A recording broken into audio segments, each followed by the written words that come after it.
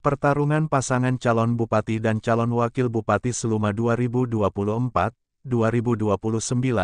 di gelanggang Pesta Demokrasi 5 Tahunan Pilkada Serentak Nasional, 27 November 2024, sepertinya hanya akan mempertemukan dua pasangan, antara pasangan calon bupati incumbent, Erwin Octavian, dengan pasangannya, Jonaidi SP, berhadapan dengan pasangan calon wajah baru, Teddy Rahman, bersama pasangannya, Gustianto alias Yayan. Prediksi hanya akan ada dua pasangan yang maju berkompetisi, untuk memperebutkan simpati suara masyarakat, terindikasi kuat dari hanya ada dua baliho berukuran besar yang bertebaran, di berbagai tempat strategis di seluruh pelosok di Kabupaten Seluma, terutama di sisi kiri kanan jalan antara Bengkulu Mana, yaitu baliho pasangan Erwin dengan Junaidi SP, dan baliho pasangan Teddy Rahman dengan Gustianto.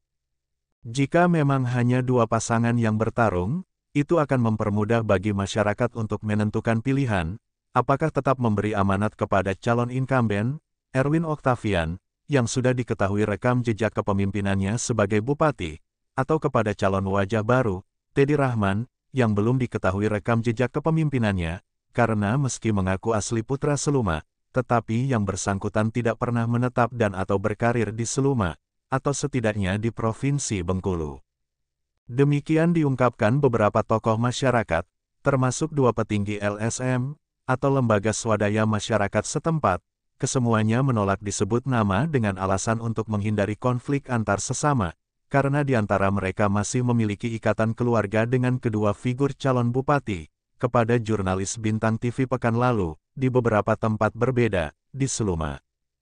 Kita lihat saja nanti, pasca pencoblosan 27 November 2024, siapa yang akan diberi amanah oleh lebih banyak masyarakat, untuk menjadi Bupati Seluma 2024-2029, apakah masih tetap Erwin Octavian, sebagai calon petahana atau incumbent, dengan jargonnya Seluma Alap, atau Teddy Rahman, sebagai calon wajah baru, dengan jargon menuju Seluma Emas, ujar kedua petinggi LSM. Menjawab pertanyaan, tentang siapa yang lebih berpeluang memperoleh suara terbanyak pemilih, menurutnya, karena calonnya hanya dua orang, maka kedua-duanya memiliki peluang yang sama, kalau tidak Erwin, ya Teddy, kalau tidak Teddy, ya Erwin. Tinggal tergantung trik dan strategi siapa yang jitu, meski jujur harus diakui, sebagai incumbent atau petahana, Erwin, tentu saja memiliki peluang lebih dalam berkomunikasi dengan masyarakat.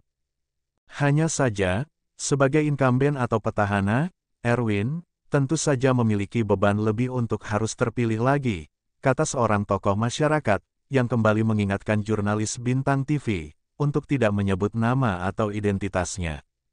Disinggung, bahwa Teddy Rahman, notabene adalah adik kandung Destita Hairilisani, anggota DPD terpilih dengan suara terbanyak di Kabupaten Seluma, mengungguli Elisa Elmasari, yang notabene adalah adik sepupu Erwin Octavian. Menurutnya, fenomena pemilihan legislatif atau pileg, termasuk di dalamnya pemilihan anggota DPD, tidak bisa dimaknakan sama dengan fenomena pilkada. Perlu dicatat, Elisa Elmasari, notabene adalah putri Mariani, akrab disapa Mary Toyota, yang digadang-gadang maju sebagai calon wakil gubernur Bengkulu, mendampingi Rohidin Mersyah, adalah anggota DPD terpilih daerah pemilihan Provinsi Bengkulu, dengan perolehan suara terbanyak, menembus angka 264.961 suara, jauh berada di atas perolehan Destita Hairilisani, yang hanya berada pada angka 159.235 suara.